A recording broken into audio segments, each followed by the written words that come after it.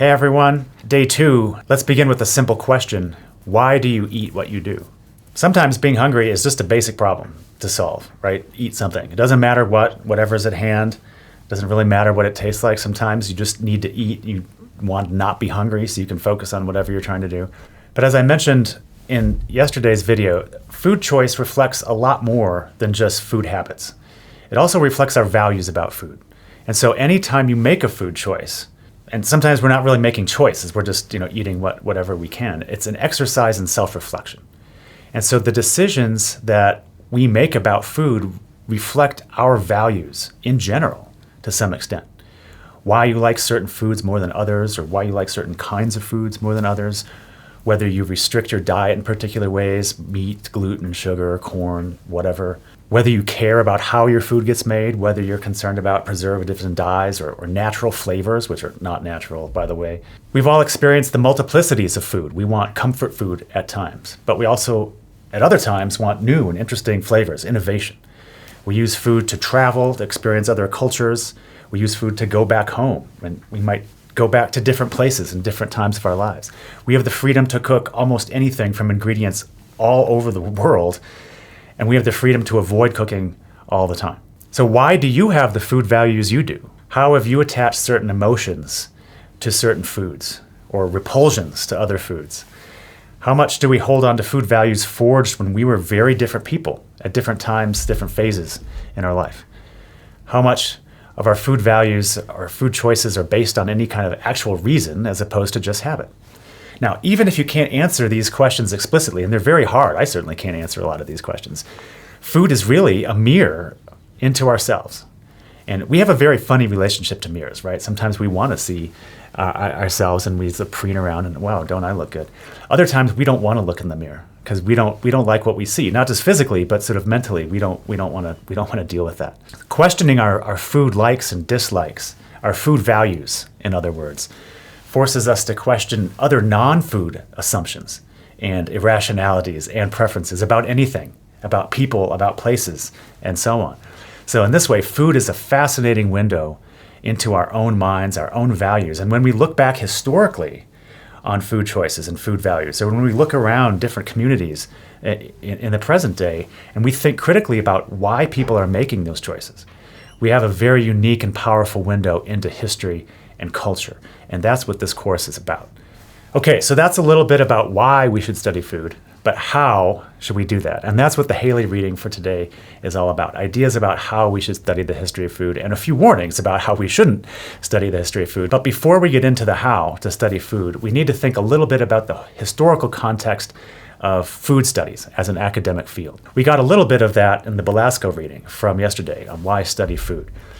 And as you've already learned, food studies is a relatively new academic pursuit, which is in itself kind of uninteresting.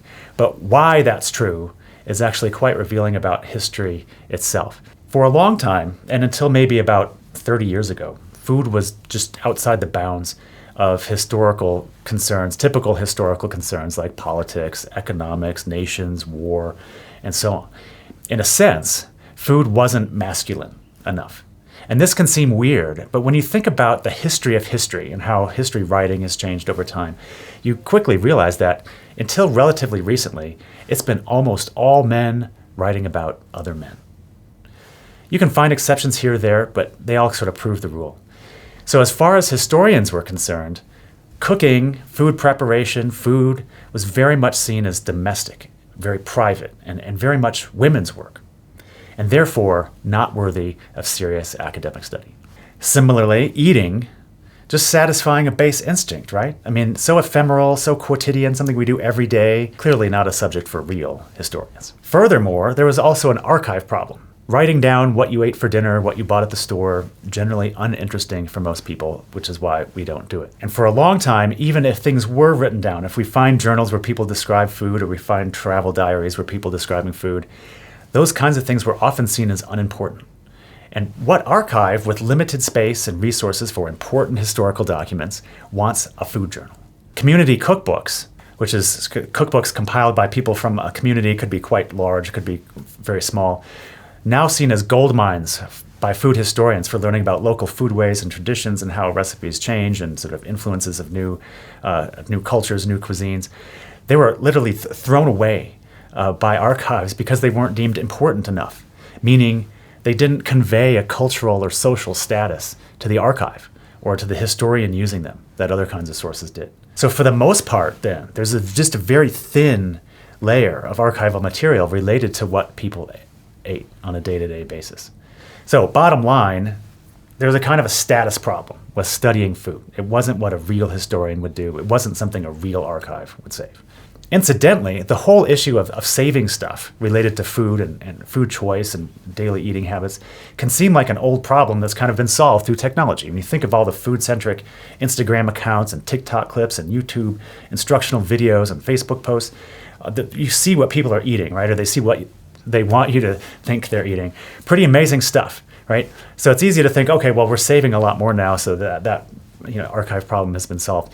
But there's two issues to keep in mind as we talk about food historically for the next month. One, contemporary stuff that we save is so selective, right? And much of it is a counter to or the opposite of everyday eating, right? Really documenting the exceptional in many cases. Fancy recipes, fancy restaurants.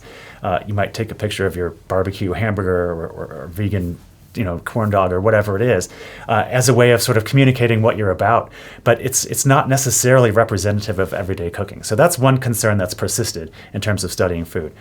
The second problem, specifically related to technology, is that all the food pics, food porn, people call it sometimes, on social media, it's by far the richest archive of what people have been eating. Even if we know it's biased, it's by far the best archive we've ever had in the history of civilization. But it has a very uncertain future because all this data is owned by private companies. There's a lot of privacy concerns about who posts what and sort of making that available at any point in the future. Most of what's around in terms of our digital archive of food is going to disappear. Anyway, getting back to history, even if food wasn't serious history, or a serious topic for historians, history is a product of culture, and cultures change over time, so do historians, so do histories. Starting in the 1960s, historians started seeing the value of history from below, as the phrase goes. Instead of just kings and popes and emperors and dictators and tyrants and nations, we start studying history from below, meaning the labor classes, social movements, considering from a history of medicine, for instance, considering patients' perspective of their experience with medical care, their experience as part of the medical system, not just what doctors thought or what the American Medical Association thought, and so on. Second wave feminism propelled research on the history of women. Hey, by the way, there's this 50% of the population that's been really important to history. We should think more about what they've done. Archives and historians value different kinds of sources. Community cookbooks, for instance, not just the so-called great men of history. So historical values have changed, archival values have changed, so now we start to learn a lot more about food in academia. So the end result is the bulk of food studies scholarship really from the early 1990s. There's a few important exceptions to that. History is a long profession, right? And only in the last 30 years, which is the blink of an eye, hasn't been done at all. And only really in the last 15, I would say, has it become a bona fide academic field. As a result of this academic attention, more people, both inside and outside academia, have become more interested in the history of food. Makes sense. Food is a constant witness to all history. Unfortunately, though, as Haley laments, a lot of people have come to think food history is really about what people ate. And as I mentioned last time, this class is not about that. It's a means to an end. But if you think knowing what people ate and being able to recreate a recipe gives us some insight into the past, that's a really misguided approach. Haley is trying to remind us that it's just not so simple about recreating recipes or understanding a certain ingredient and the history of that ingredient. There's way more. And what's really interesting is why. Why are people choosing something or not choosing something? What does it mean to them? That's a much harder question to get at, but that's what we're trying to do in this class. Okay, let's talk about taste for a second. In order to make his point about how to do food history well, Haley first makes a different point that we need to keep in mind for every reading throughout this class, which is that we can't taste the past. Why not? Well, one reason is people haven't talked much about taste. Our ancestors did not share our fascination with how food tastes. Haley gives a number of examples of early travelers in early America, writing about the abundance of food, the variety, the incredible sort of just opulence of food choice, which they didn't have in Europe. It was just tremendous. They didn't talk about taste at all. It wasn't interesting enough that he would even mention it. Okay, so maybe we don't have descriptions of taste per se, but we have recipes, we have descriptions of techniques, we have archaeological evidence. Wouldn't it be possible then to recreate and recover an early recipe for apple pie and experience a little bit of that history? Wouldn't that be fun? No, we can't do that. Why not? Well, one, we can never get exactly the same ingredients. We don't have the same soil. We don't have the same air. We don't have the same species, varieties of the food. There's no way we're going to recreate exactly what something was like physically. Physiologically, we all taste things a little differently. Okay, but what if by chance we got really close on both these fronts? Couldn't we recreate that old apple pie recipe? No. And here's the real reason you can't taste the past.